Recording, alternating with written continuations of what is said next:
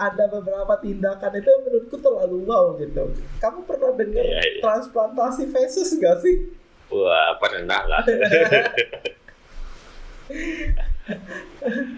Hebat itu. Itu kan. Tapi itu kalau di sini udah mulai ini nggak sih? Digalakan praktiknya udah ada banyak sih.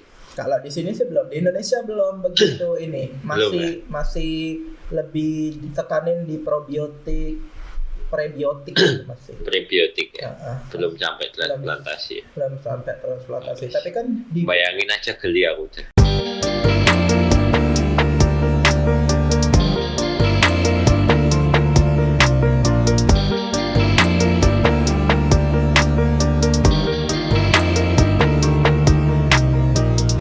Selamat datang di Jasa Training Podcast bersama saya Punta dan rekan saya Miftah.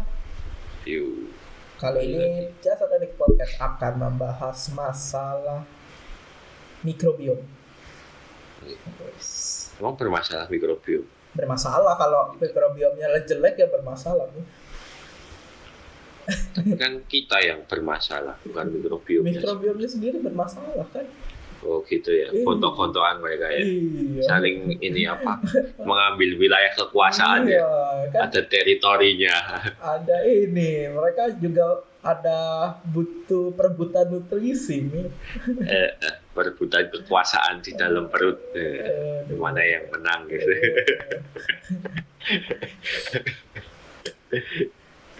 Untuk mungkin yang nggak tahu, mikrobiom ini kasarannya adalah komunitas bakteri, mikrobia, komunitas mikrobia. Ya, jadi ada bakteri di situ, alge di situ, jamur di situ gitu. Pada suatu lingkungan tertentu.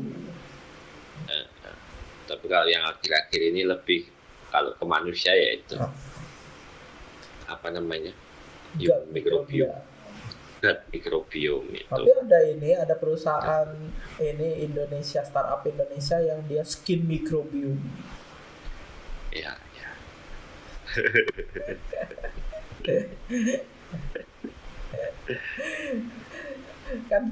kan ya kalau kamu baca inilah science news jurnal-jurnal yang baru-baru kayak gitu, hampir seluruh penelitian itu fokusnya kan dua ya. Kemarin yang kita udah bahas minggu lalu, reverse aging, sama yang satu ini mikrobiom.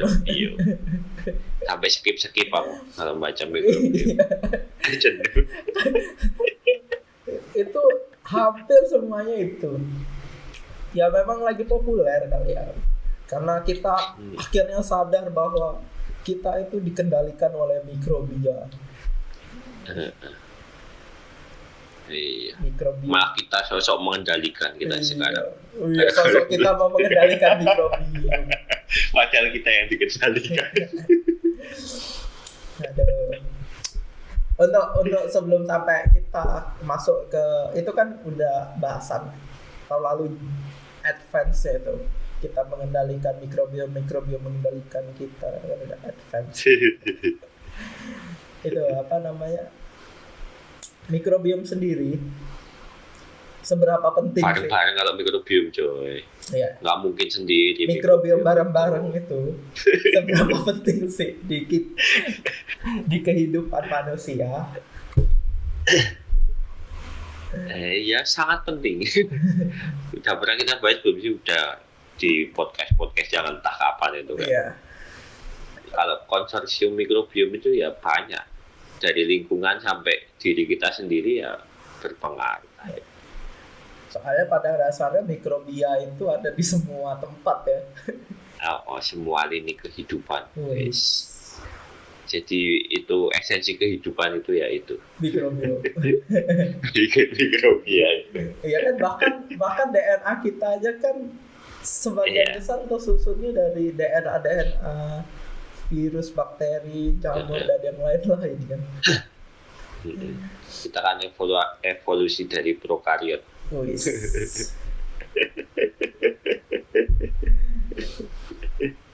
Tapi kita nggak pro amat sama si kariot. Kita kontra kariot. Buktinya kita suka nyalahin si prokariot itu kalau menyebabkan penyakit kita salah-salahin, Iya. kita bunuh-bunuh. Padahal dia lagi balancing gitu, lagi spuring, lagi balancing gitu kan ya.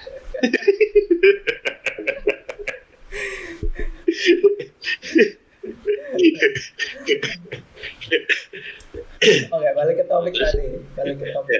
Si mikrobiom Ini ini apa? masalahnya di mana ini masalahnya tuh, katanya bermasalah. Tadi kita bahas-bahas itu jangan-jangan nggak ada masalahnya. Bukan, ya sebenarnya sih nggak ada, bukan masalah juga sih bagi sebagian orang. Tapi ini bagiku cukup menggelitik. Masalahnya ini tuh apa namanya, projectnya mikrobiom ini tuh menurutku udah terlalu merajalela. Wow gitu. Ya merajalela sih oke-oke aja ya. Cuman ada beberapa tindakan itu yang menurutku terlalu wow gitu. Kamu pernah dengar transplantasi feses gak sih? Wah, pernah lah. Hebat itu. Itu kan. Tapi itu kalau di sini udah mulai ini nggak sih, digalakan praktiknya udah ada banyak sih. Kalau di sini sih belum, di Indonesia belum begitu ini, masih lebih ditekanin di prebiotik masih. Prebiotik ya, belum sampai transplantasi. Belum sampai transplantasi, tapi kan bayangin aja geli aku. Aku juga, maksudnya donor feses, aduh. Maksudnya tuh gimana ya? Apa namanya? Ya walaupun didonor ya, ketika lingkungannya nggak suitable untuk si mikrobiom itu oke gitu, nggak bakal kerja nggak sih? Iya, nggak bakal kerja harusnya. Cuma kalau dari risetnya itu buat nanganin apa itu, Clostridium apa, penyakit apa sih? Itu ke ininya cukup tinggi, rate keberhasilannya gitu. Beberapa penanganan Clostridium difficile itu infeksi Clostridium difficile. Iya. Keberhasilannya mencapai 92% gitu kan dengan transplantasi feses itu. Gitu coy. Tapi apakah nggak ada cara lain gitu, misalnya penggunaan probiotik gitu? Harusnya sih bisa aja. Kalau transplantasi bisa, penggunaan probiotik harusnya bisa juga. Iya, maksudnya secara ethical itu lebih gampang diterima orang nggak sih? Lebih gampang diterima dan lebih gampang aplikasinya juga. Iya juga sih.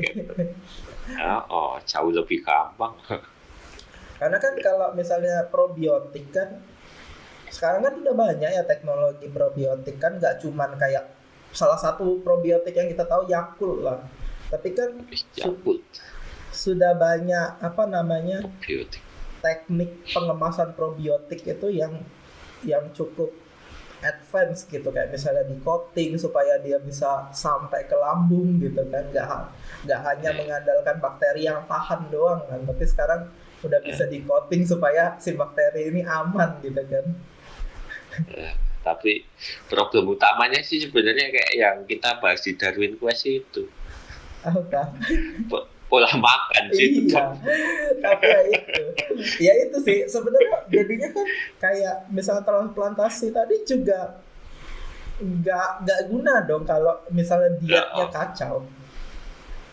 Dietnya kacau, habis itu mungkin disembuhkan, tapi kan kemungkinan kembali lagi juga gede mungkin.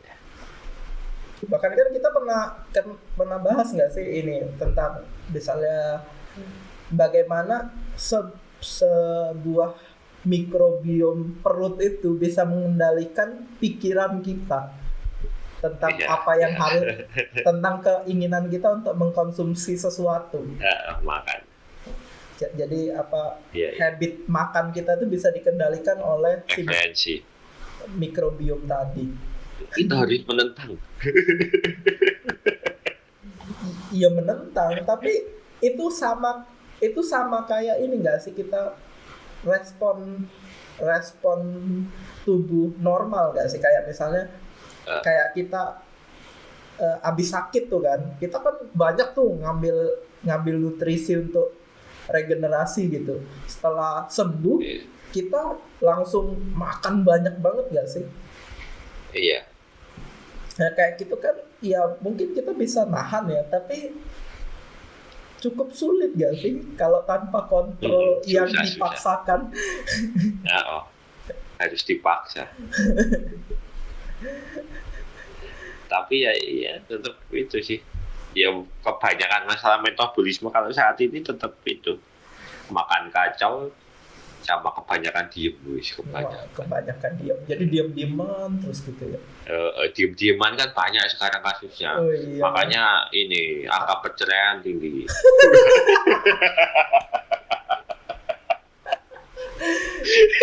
Sampai situ juga.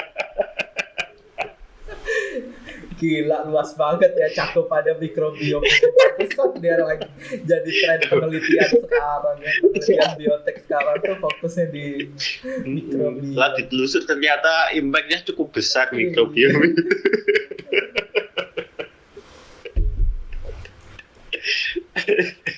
Kan banyak banget tuh riset yang menemukan bahwa kalau mikrobiom perut itu bisa mempengaruhi mood segala macam gitu kan.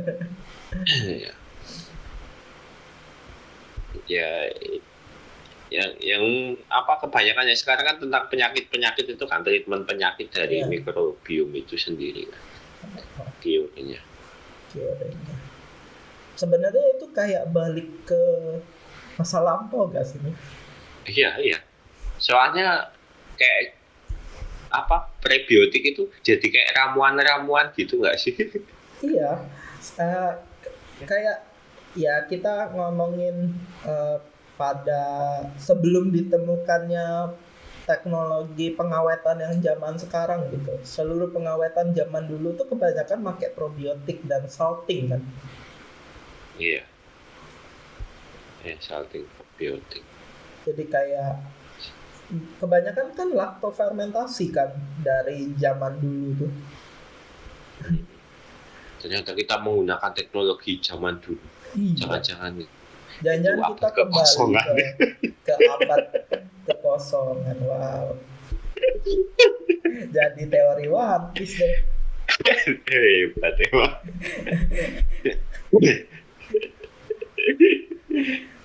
Gimana tuh? tapi gini Mif, apa namanya, ada memang banyak ya riset-riset tentang itu kayak gitu, bahkan sudah sampai dia bikin produk gitu ya, misalnya kayak pengendalian jerawat dengan memanfaatkan komposisi mikrobiom di kulitnya gitu kan.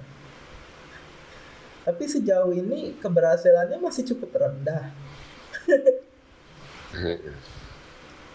Ya. Itu bukannya kalau menurutku bukan karena risetnya yang kurang sih, tapi menurutku itu kan kita ngeriset itu pada saat tertentu kan, sedangkan mikrobiom itu berubah seiring kondisi dan keadaan dan waktu kan. Sesuai moodnya mikrobiom juga. Iya. Bahkan tiap detik berubah itu. Bahkan kita inilah kasih contoh yang paling lumrahnya itu sakit perut gastritis gara-gara dia kondisinya laktos intoleran. Itu kan sebenarnya gara-gara perubahan mikrobiom juga kan. Iya. Laktosnya nggak bisa dicerna, terus karena laktosnya banyak di perut, dipakai oleh mikrobiom perut, difermentasi jadi gas, jadi segala macam, jadi asam, terus jadi sakit perut, diare. Itu kan gara-gara perubahan mikrobiom juga kan sebenarnya. Metabolisme mikrobiom. Itulah. Atau nanti kita bahkan ini, kamu tahu ini nggak sih apa namanya, beberapa hewan itu menurunkan mikrobiom perutnya dengan cara memberi makan anaknya dengan fesesnya. Pernah dengar sih. Kayak misalnya koala gitu-gitu. Iya. Ya itu mungkin contoh itu kali. Iya ya. Si transplantasi feses tadi.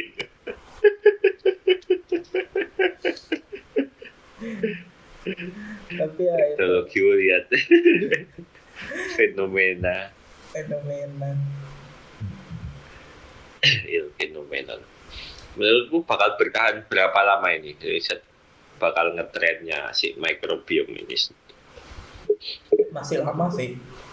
Lama banget ya Mas ya. Masih baru soalnya. Belum kelihatan ujungnya ya. Iya, belum kelihatan ujungnya. Bakal kayak gini terus. Soalnya ini kan gak cuman berlaku pada human health kan, apa ya, kesehatan gitu banyak. kan. Di seluruh aspek. Di seluruh aspek kan, bahkan lingkungan gitu, apa namanya pemulihan hutan, terus pertanian, konservasi, bahkan orang-orang juga sibuk meneliti ininya apa konsorsium mikrobia di perut hewan-hewan yang unik kayak gitu, kayak misalnya panda segala macam gitu. Kayaknya bakal panjang deh, apalagi kebanyakan udah dihubung-hubungin sama reverse aging kan, dua topik penelitian yang paling populer saat ini di biotek. Dan teknologi semacam DNA buat tes itu juga makin murah ya. Iya. Makin gampang diakses seperti itu. Gitu. Jadi selamat datang ini dunia mikrobiom untuk beberapa tahun ke depan. Ya apa ya, gimana ya? Ya orang karena baru sadar tentang sebesar itu pengaruhnya mikrobiom itu di kehidupan kan. Makanya sok-sokan kita mau mengeksploitasinya kan sebenarnya. Padahal sampai habis. Siapa tahu sebenarnya kita berpikir seperti itu karena kita dieksploitasi oleh mikrobiomnya supaya kita berpikir seperti itu. Udah kembali ke yang tadi lagi.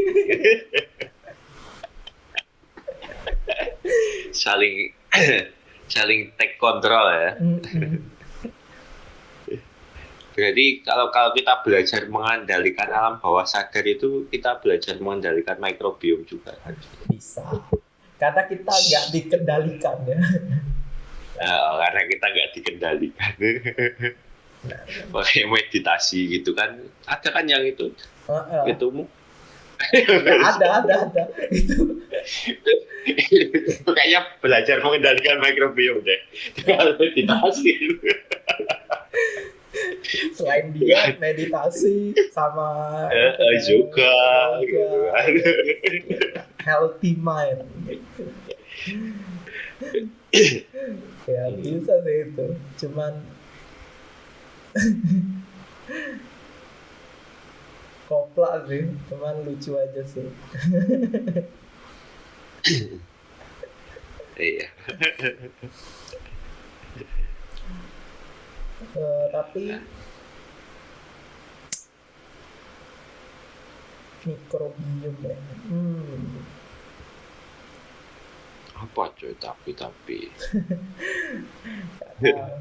Cuman kalau yang bingungan. Ini apa namanya, kalau yang mikrobiom yang tanah itu aku cukup menikmati sih risetnya dibandingin yang perut ya, karena yang perut itu kadang terlalu over sih.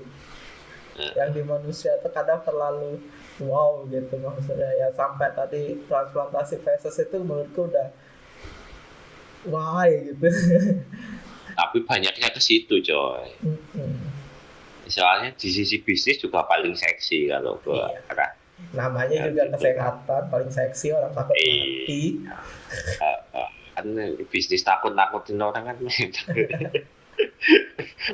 menjual ketakutannya. Menjual ketakutan. Tapi kalau yang di masalah pertanian itu benar-benar ya cukup interest aku, karena ya realita yang ada ya kerusakan lahan pertanian apalagi di Indonesia tuh udah cukup memprihatinkan sih. Parah. Parah. Di kota-kota, Mhm. di desa aja udah. Di desa aja udah kacau. Tapi kalau mikrobiom di ternak itu juga lucu sih. Jadi ada beberapa riset itu yang bikin dengan ngontrol dietnya, misalnya kayak dietnya ayam di peternakan gitu, terus jadi ininya apa namanya, kotoran ayamnya nggak bau gitu kan, itu cukup bagus ya. Setidaknya apa, mengganggu lingkungan sekitar lah, warga sekitar sih lebih tepatnya. Lingkungan.